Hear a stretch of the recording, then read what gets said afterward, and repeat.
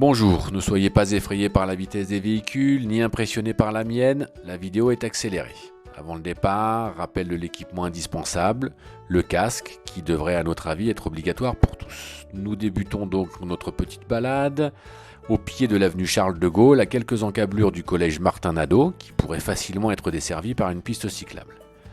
4 voies de circulation ici, ce n'est sans doute pas nécessaire, 2 suffirait avec au milieu une bande de stockage des véhicules qui veulent tourner à droite ou à gauche. Il y a par ailleurs de la marge de manœuvre sur les côtés comme vous pouvez le constater.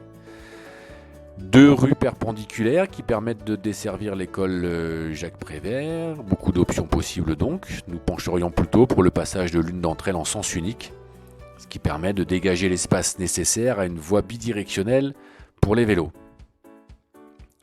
Nous arrivons sur notre célèbre rond-point Cacahuète. Là, même si la voie se rétrécit un peu, il y a encore largement la place pour les vélos. Alors les ronds-points, pour les pistes cyclables, c'est souvent assez problématique. Mais ici, pas de problème, l'actuelle voie de circulation est très large, ce qui permet d'envisager une piste cyclable sécurisante qui ferait tout le tour. Nous allons ensuite monter en direction du centre-ville par la rue de Stalingrad. Elle est en sens unique, je l'emprunte régulièrement à vélo, mais à moindre vitesse évidemment. Si on peut gagner 20 ou 30 cm de trottoir, nous aurions l'espace nécessaire.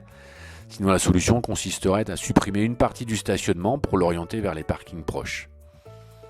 Un peu plus haut, pas de problème pour les vélos. Vous constaterez que les voitures ventouses sont toujours stationnées derrière le lycée Pierre-Bourdan. Là, la voie de circulation se réduit un peu. Alors, 2 solutions possibles.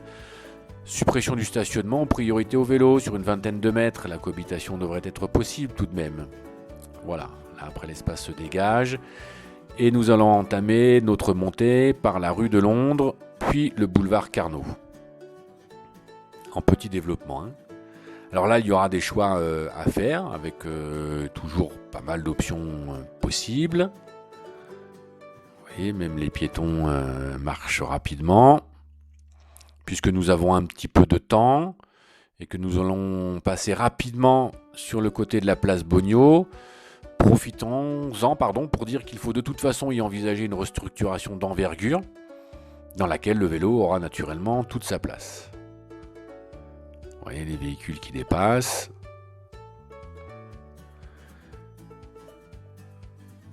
Voilà, merci pour la ligne blanche.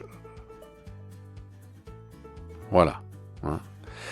Alors là, cas de figure assez classique, puisque j'ai derrière moi un véhicule qui lui aussi est à l'arrêt, qui, lorsqu'on est en vélo, est toujours très insécurisant. D'où la nécessité d'aménager des espaces de stockage des vélos au pied des feux, pour qu'ils puissent repartir tranquillement devant les véhicules en toute sécurité. Nous allons nous engager sur l'avenue de la Sénatorerie. Ici, comme vous le savez, des travaux ont été faits récemment. On a 2 voies de circulation et des trottoirs très larges. Donc globalement, tout le long de cette partie de la rue, si les élus l'avaient souhaité, les aménagements très confortables pour les piétons et les cyclistes étaient possibles. On peut desservir le collège Marouzeau. Puis nous allons descendre ensuite l'avenue de l'Or, qui elle aussi, à notre avis, a été refaite en dépit du bon sens. On a 2 voies de circulation, est-ce que c'est vraiment nécessaire? Et de chaque côté, des trottoirs qui sont trop étroits pour qu'on puisse y marcher à 2 de front. Une seule voie pour les voitures, une large bande bidirectionnelle pour les vélos et un peu plus de place pour les piétons côté jardin public, voilà ce que nous aurions fait. Sur la droite, nous allons laisser l'avenue Pierre Mendès France, qui elle aussi pourrait aisément accueillir une bande bidirectionnelle pour les vélos. On a fait le tour du rond-point assez facilement. Là aussi, comme tout à l'heure, la voie de circulation est d'ores et déjà assez large.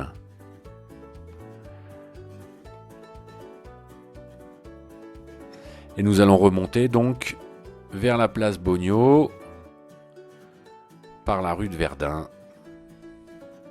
Vous observerez que là encore, on peut assez aisément imaginer laisser de la place pour les vélos. Et voilà, c'est la fin de notre balade.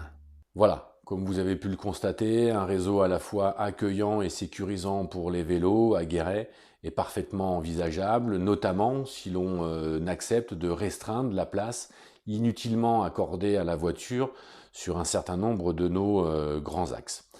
Alors, bien entendu, parfois il faudra sans doute faire des choix entre le stationnement et les pistes cyclables, mais s'il y a plus de vélos, il devrait y avoir mécaniquement moins de voitures, et par ailleurs, il est tout à fait envisageable, c'est ce que nous préconisons, d'augmenter les places de stationnement pour les voitures dans les parkings.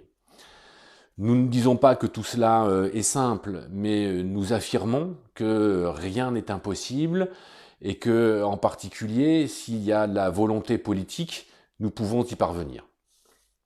Bien d'autres parcours, bien entendu, sont envisageables dans le centre-ville pour desservir le lycée Pierre-Bourdan ou encore la place Varilas avec les écoles qui s'y trouvent, par l'avenue de la République. On peut envisager d'aller plus loin, même jusqu'au lycée Jean Favard, ou desservir le plan d'eau de Courty ou de l'autre côté pour se rendre dans la zone Bopa. Comme pour le reste, nous sommes à l'écoute de vos propositions.